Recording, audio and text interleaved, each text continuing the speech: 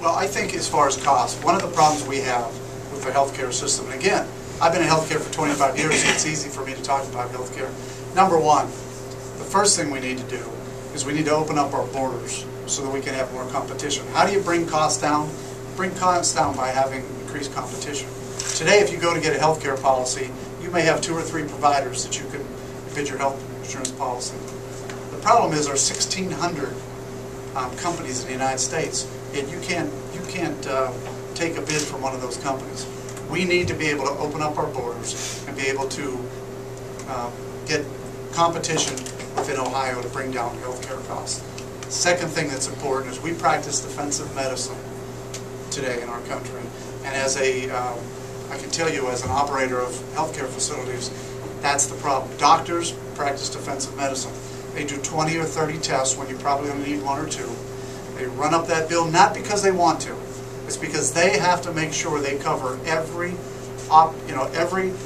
reasonable area so that they can avoid litigation. We need tort reform. We need tort reform action to be able to bring down our healthcare costs.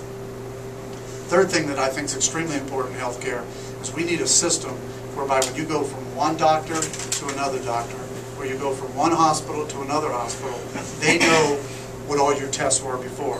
Because otherwise, when you go to another healthcare facility, they run all the tests over again. I believe we should have an information system that protects everybody's healthcare and the privacy of their healthcare, but at the same time, make sure that whenever you go from healthcare provider to healthcare provider, they know exactly what tests or what issues you had before, so that they don't have to reinvent the wheel. Those are 3 primary areas that I believe, again, that comes just from somebody that's in healthcare. Those are reasonable answers to our healthcare problems.